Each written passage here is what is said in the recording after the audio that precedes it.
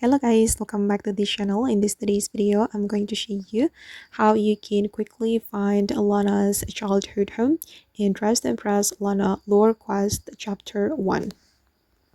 Okay, if you want to quickly find the Lana's childhood home, you just need to follow the flower. Okay, wait guys, I'm going to look for the flower. Okay, this is the flower, the white flower, and then I'm going to follow it. Okay, this one and this way.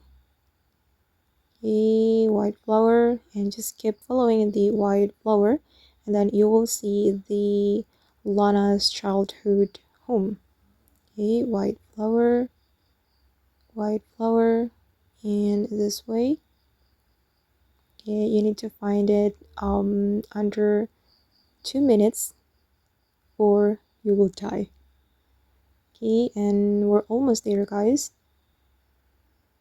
Okay, this white flower, and yeah, the Lana's childhood home is here. And finally I found it.